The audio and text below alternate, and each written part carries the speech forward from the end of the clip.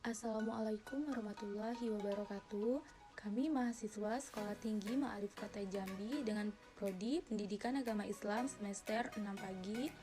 Di sini kami membuat video pembelajaran dengan dosen pengampu Ibu Ria Maharani MPDI dengan mata kuliah Pengembangan Kurikulum PAI. Dengan kelompok 2, ada saya sendiri Novita Tri dan rekan saya Desi Prastiansari. Dengan video kali ini kami akan membahas tentang sejarah pengembangan kurikulum PAI. Assalamualaikum warahmatullahi wabarakatuh. Saya Novita Tri Sugianti, pemateri 1, akan menjelaskan tentang sejarah pengembangan kurikulum di Indonesia. Yang dimana perubahan kurikulum di Indonesia yang pertama yaitu kurikulum 1947 atau rencana pelajaran 1947 dalam bahasa Belanda disebut dengan Leerplan yang bersifat politis adalah ciri-ciri awal dari kurikulum ini, yang dimana berkiblat pada pendidikan Belanda yang dirubah untuk kepentingan nasional.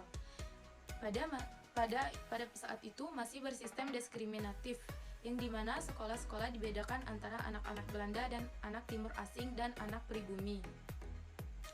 Pelajaran bersifat diskriminatif ini, pelajaran ini adalah sederhana, tidak menekankan pada aspek kognitif tetapi pendidikan karakter seperti membangun rasa nasionalisme.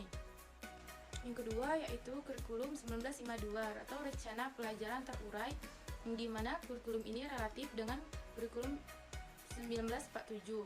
Namun demikian sistem pendidikan nasionalnya adalah menjadi tujuan kurikulum ini. Undang-Undang Nomor 4 Tahun 1950 tentang dasar-dasar pendidikan di pengajaran sekolah mempengaruhi munculnya kurikulum ini dan rencana pelajaran terurai 1952. Yang dimana mata pelajarannya diklasifikasikan dalam 5 bidang studi kelompok, yaitu moral, kecerdasan, emosionalistik atau artistik, dan keterampilan jasmani. Yang ketiga yaitu kurikulum 1964 atau rencana pendidikan 1964. Konsep pembelajaran aktif, kreatif, dan produktif menjadi isu-isu yang dikembangkan pada kurikulum ini, di mana kurikulum ini era ini lebih bersifat bagaimana peserta didik mampu aktif, kreatif, dan produktif yang menemukan solusi. Yang keempat yaitu kurikulum 1968, yang dimana sikap politis melekat pada awal munculnya kurikulum 1968, yang dicitrakan sebagai hasil dari pemerintah Orde Lama jika dilihat dari aspek tujuannya upaya meningkatkan cinta tanah air, sehat, kuat jasmani, kecerdasan, dan keterampilan jasmani, budi pekerti, dan keyakinan beragama. Jumlah dari keseluruhan mata pelajaran pada kurikulum ini berjumlah 9 mata pelajaran yang bersifat teoritis. Yang kelima yaitu kurikulum pembangunan nasional melatar belakangi dengan kurikulum ini. Akibat banyaknya perubahan terutama sejak 1969, banyak faktor-faktor yang mempengaruhi program maupun kebijakan pemerintah yang mengakibatkan pembaharuan tersebut, di mana kurikulum ini bersifat sentralistik atau dibuat dengan pemerintah pusat dan sekolah-sekolah hanya menjalankannya. Yang keenam yaitu kurikulum 1984 dan kurikulum 1975 yang disempurnakan. Kurikulum 1984 merupakan penyempurnaan dari kurikulum 1975 dengan menggunakan metode pendekatan proses. Dalam hal ini, faktor tujuan tetap penting meskipun sudah menggunakan pendekatan proses. Model ini dinamakan active learning karena siswa yang selalu aktif dalam pembelajaran. Baik, di sini saya akan menjelaskan nomor 7 kurikulum 1994. Kurikulum 1975 dan kurikulum 1984 dipadukan menjadi kurikulum 1994. Kurikulum ini dilaksanakan sesuai dengan Undang-Undang Nomor 2 Tahun 1989 tentang Sistem Pendidikan Nasional. Pada kurikulum ini terjadi perubahan dari sistem semester ke sistem 1 bulan. Kurikulum ini memiliki prinsip link and match, yaitu prinsip tentang pentingnya keterkaitan antara pendidikan dengan dunia kerja atau dunia industri. Berikutnya yang nomor 8, kurikulum 2004 atau KDK. Kurikulum berbasis kompetensi atau KDK adalah satu konsep pendekatan strategi kurikulum yang menekankan pada penguasaan berbagai kompetensi tertentu. Ciri-ciri dari kurikulum KDK yaitu memperhatikan apa yang sah diperoleh siswa selama dilaksanakan KDM. Hasil akhir dari seluruh pembelajaran adalah anak mempunyai agama dan keterampilan. Metode pelajaran yang bermacam-macam, sumber belajar tidak hanya mengandalkan guru saja, namun juga segala sesuatu yang mengandung inovasi.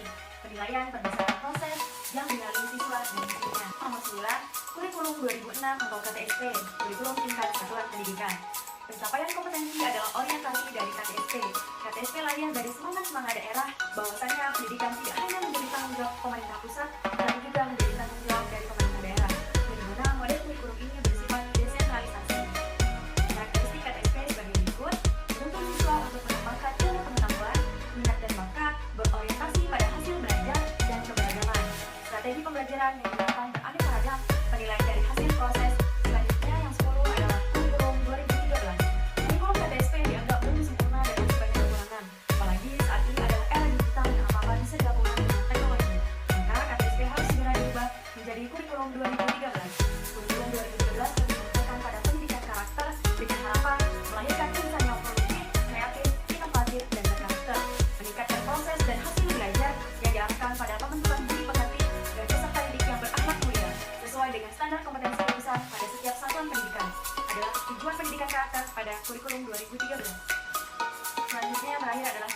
Merdeka.